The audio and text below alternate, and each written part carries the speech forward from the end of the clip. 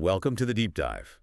Today we're venturing into a really fascinating collection of ideas. Yeah, quite a mix. It's drawn from a YouTube conversation with Catherine Austin Fitts and Cliff High, and it touches on, well, everything from hidden power structures, global ones, to crypto's future, maybe even shifts in, like, human awareness. Right. So our goal here is to kind of sift through these complex, sometimes maybe speculative ideas. Exactly. Separate signal from noise and really pull out the most compelling insights for you. And what's interesting, I think, is how these threads, power, finance, consciousness, they might actually weave together in ways you wouldn't expect. That's what we're exploring, not confirming one single theory, but just understanding the thinking that's out there in our sources. So the big questions we're wrestling with today: what could genuinely make the powerful elite nervous? Yeah, what do they fear? Could Bitcoin have started as one thing and become something else entirely? Maybe something they didn't anticipate? We tool that slipped their grasp. And are we maybe on the edge of big technological changes or even, deeper shifts, psychic shifts? And how does it all fit together? The bigger picture, human evolution, reality itself. Okay, so the conversation that kicked this off, it starts by looking at some, let's say, familiar theories. Sets the stage. Right, things people talk about. Yeah, you hear mentions of chemtrails, depopulation ideas, the climate change narrative, that kind of thing. And this leads into a central question one of the speakers poses. Which is, are the powers that be really scared of something like a giant asteroid, Apophis is mentioned, an extinction-level event? Or is that all a kind of cover story? Exactly. Could those narratives be masking their real worries, maybe hiding preparations like, say, huge underground bases? And the mention of Catherine Austin Fitts talking about those bases before, and the BIS, the Bank for International Settlements, that's key context, right? It points to this idea of a hidden power structure. It does.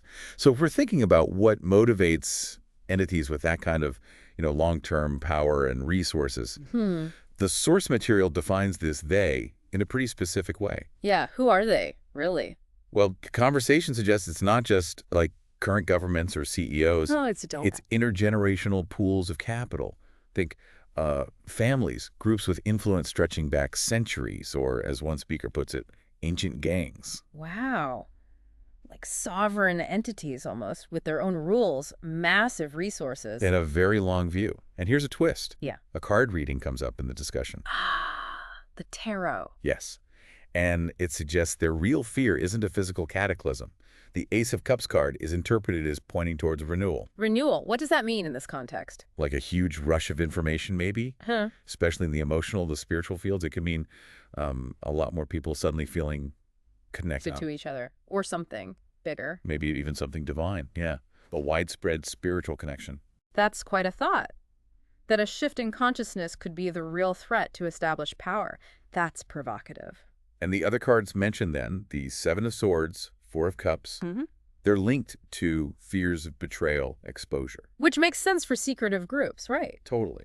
And also maybe a resistance to natural cycles, like natural death, the natural order of things. Okay, so if they feel this kind of natural renewal or exposure, then the idea follows that maybe these big disaster narratives we hear all the time. Yeah. They might be amplified, maybe even created by them. Why? As a distraction. Either a distraction from their own potential exposure, or maybe even an attempt to interfere with those natural processes they resist. It really makes you question the constant drumbeat of fear in the media, doesn't it? Could it be serving some other purpose? It's a stark reminder of how fear can be used, yeah. And then the conversation takes another turn into something called hard contact. Hard contact, alien-related. Sounds like it. It touches on a theory apparently doing the rounds on the dark web. And this theory supposedly predicts an undeniable alien presence sometime between 2029 and 2032. Undeniable. Like ships in the sky, undeniable. They seem to mean something really direct, yeah. Maybe beings actually showing up. And this gets linked back to ancient times. How so? The idea that maybe past encounters with ETs were seen as interactions with gods, beings who could alter nature. Right, the ancient astronaut theory connection, gods who could change things. And it even connects to human genetics. Oh. There's a mention of the burnout of chromosome number 2. Now, that's complex science, but here's being used to suggest maybe humanity was genetically modified. Modified by these ancient gods. In the distant past, yeah, that's the implication. Wow. Okay, so if you follow that line of thought. But those underground bases we talked about, Mm-hmm. maybe they're not just for climate change or asteroids. Maybe they relate to this anticipated contact or even past contact. It's definitely a different explanation. Challenges the standard narratives, for sure. Completely different angle. And then there's another layer added. Go on. The idea of a planetary defense system already in place. A defense system. Built by whom? Humans. Or? That's the question. Maybe alien origin, even? The source mentions things like the Tunguska event back in 1908. The big explosion in Siberia, yeah. And a more recent strange light over Vancouver as potential, speculative evidence. Evidence of this system operating. Potentially. The bigger idea here is that maybe a real existential threat, like a huge asteroid, wouldn't be the catastrophe the elite fear, but something that forces humanity to, wake up. Wake up to what? Our place in the universe. Exactly. To see ourselves collectively.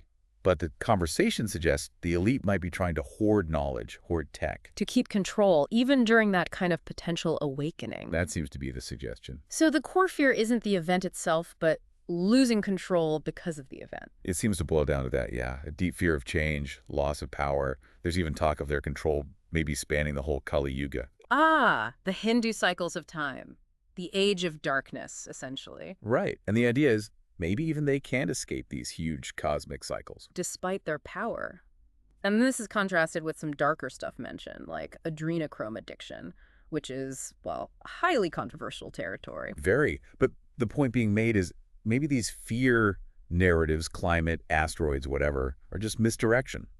Distractions from their real fear, losing the grip as we move through these cycles. Okay, that's a lot about control and fear.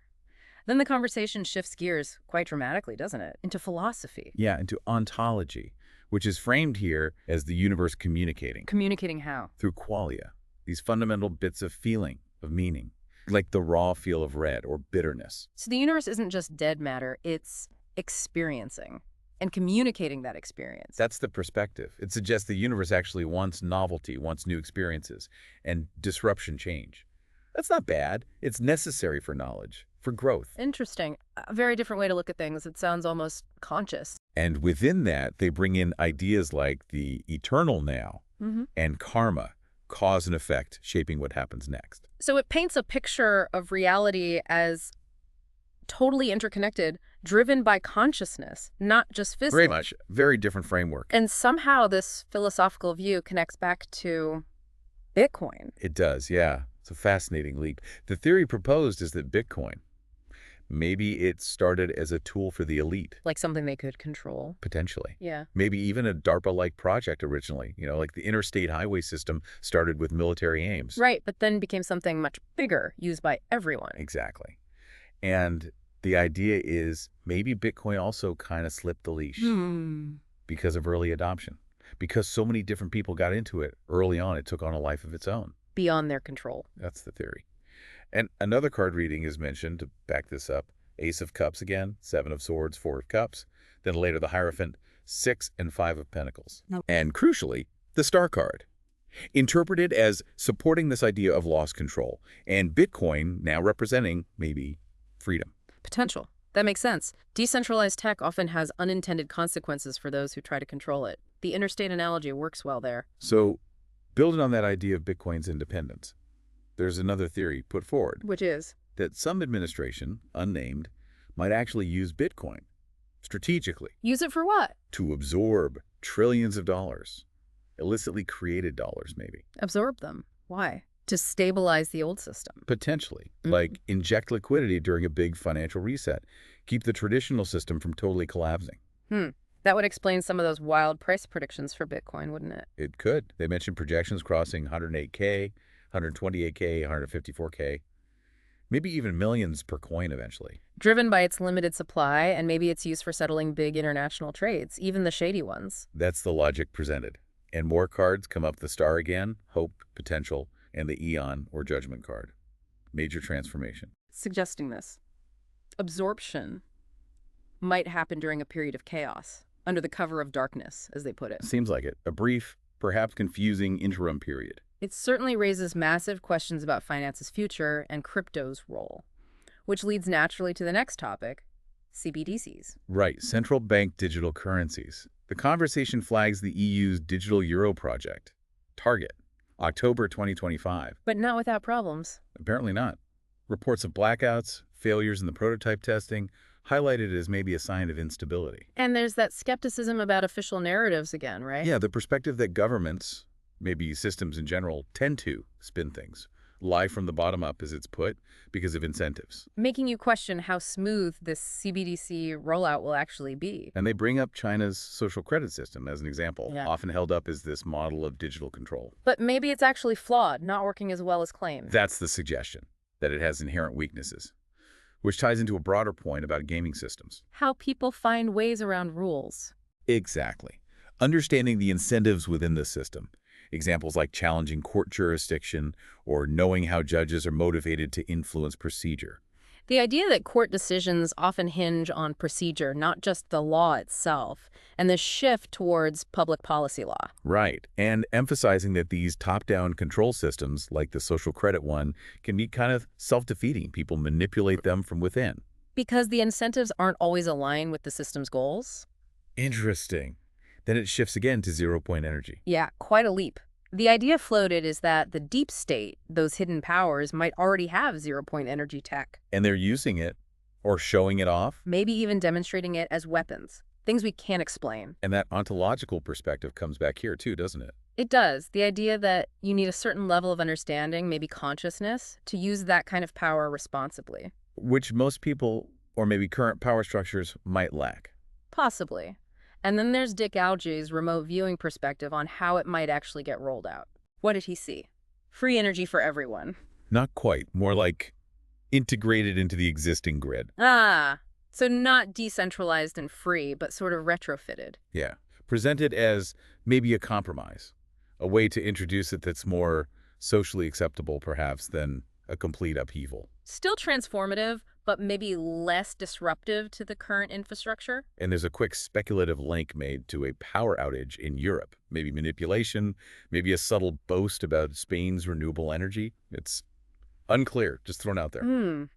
Okay, that leads us towards the end with Birkeland currents. Right. These huge electrical currents in space flowing along magnetic field lines. And they can cause some serious energetic events. Yeah, the source material gets a bit sciencey here, mentioning magnetic reconnection, plasma instabilities, Z-pinches, double layers, filament braiding, basically big energy releases. And the suggestion is these don't just affect satellites or power grids. No, the idea is they might affect us, our bodies, maybe even our minds. The psychic realm. How so? Like moods, thoughts? Potentially. Even mentions a possible correlation between sudden health crises and these cosmic energy events. Something to think about anyway. And this connects back to the yugas, the cycles of time. Yes.